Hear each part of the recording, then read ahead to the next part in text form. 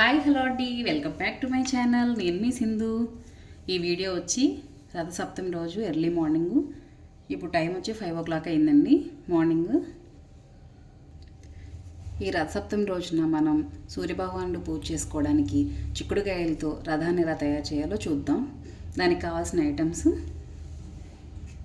Tooth pics, పువ్వులు, ముందుగా clean చేసి పెట్టుకున్న మన ఇంట్లో కాసిన చిక్కుడుకాయలు, ఒక ప్లేట్, పసుపు, కుంకుమ, అక్షింతలు, గంధం అండి. దీన్ని ఫస్ట్ ప్లేట్ నీట్గా క్లీన్ చేసుకున్నాక దీనికి పసుపు రాసి బొట్లు పెట్టుకోవాలి. ఇలా పసుపు రాసి బొట్లు మా అమ్మమ్మ ఇలానే చేసేవాళ్ళు నా చిన్నప్పుడు. ఇలా పసుపుతో బొట్టు పెట్టుకున్నాక నెక్స్ట్ కుంకుమతో పెట్టుకోవాలండి.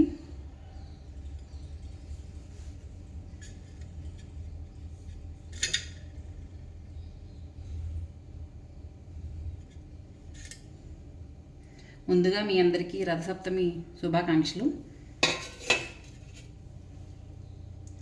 ఇలా ప్లేట్ మధ్యలో తమలపాకు వేసుకుని ఇలా పసుపు కుంకుమ వేసుకున్నాక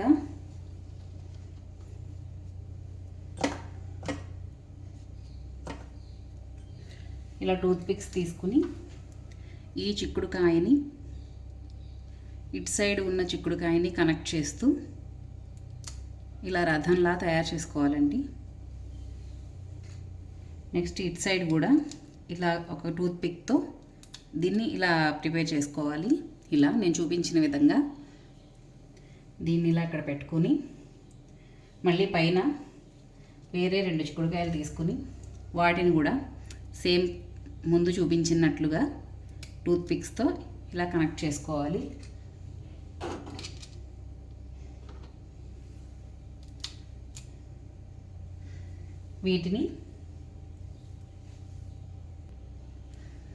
దీన్ని ఇలా పైన స్టిక్ చేసుకోవాలి. స్టిక్ చేసుకోవాలంటే ఆగదు కదండి. సో మనం చిక్కుడుకాయకి ఇలా పైకి పిల్లర్స్ లాగా నిలబెట్టుకోవాలి. 4 sides కూడా ఇలా. నెక్స్ట్ ఇలా దీన్ని మనం పైన మళ్ళీ ఇలా సెట్ చేసుకోవాలి. ఇది పైన ఇలా నిలబడే విధంగా ఇలా సెట్ చేసుకోవాలి. నా చిన్నప్పుడైతే మా ఇంట్లో ఇలానే చేసేవాళ్ళండి. సో నేను ఇలాగే చేయాలని అయితే చెప్పట్లేదు, నేను ఇలా చేసుకుంటాను మాత్రమే చెప్తున్నాను. దీనిపైన ఇలా 4 చిక్కుడుకాయలు ఇలా వాడేశాక తర్వాత మళ్ళీ దీనిపైన ఇలా 3 చిక్కుడుకాయలు తీసుకొని ఈ మూడింటిని కలుపుతూ ఇక్కడ మన టూత్ పిక్ ఒకటి మనం ఇట్లా సెట్ చేసుకోవాలండి. ఒకసారి దీన్ని జాగ్రత్త చూసుకోండి. ఇలా పెట్టుకున్నాక దీన్ని మనం కట్ చేసుకుని మళ్ళీ ఈ టూత్ పిక్ని వీటితో ఇలా సెట్ చేసుకోవాలి. ఈ 3 ఇలా స్టిక్ అయ్యేలా చూసుకోవాలి మనం, విడిపోకుండా.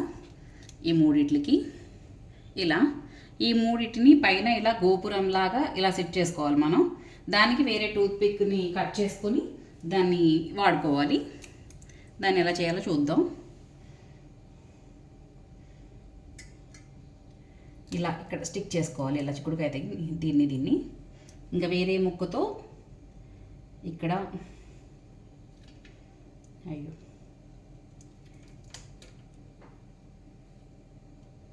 ఈ సన్నగా ఉండడం వల్ల ఆగట్లేదండి, అయినా ట్రై చేస్తాను.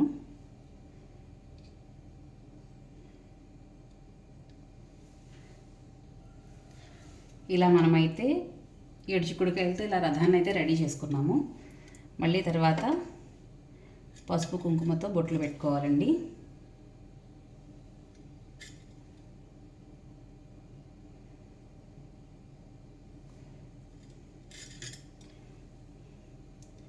నా చిన్నప్పుడు మా అమ్మమ్మ వాళ్ళు ఇంకా జిల్లేడు ఆకులతో, తర్వాత బయట ఆవు పిడికలతో పరమాన్నం వండటం, సూర్యభగవానుడికి నైవేద్యం పెట్టడం అన్నీ చేసేవాళ్ళు.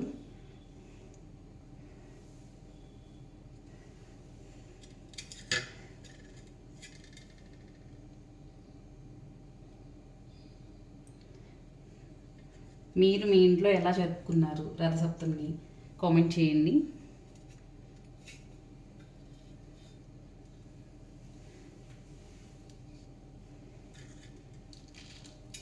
తర్వాత పువ్వులతో అలంకరించుకోవాలండి.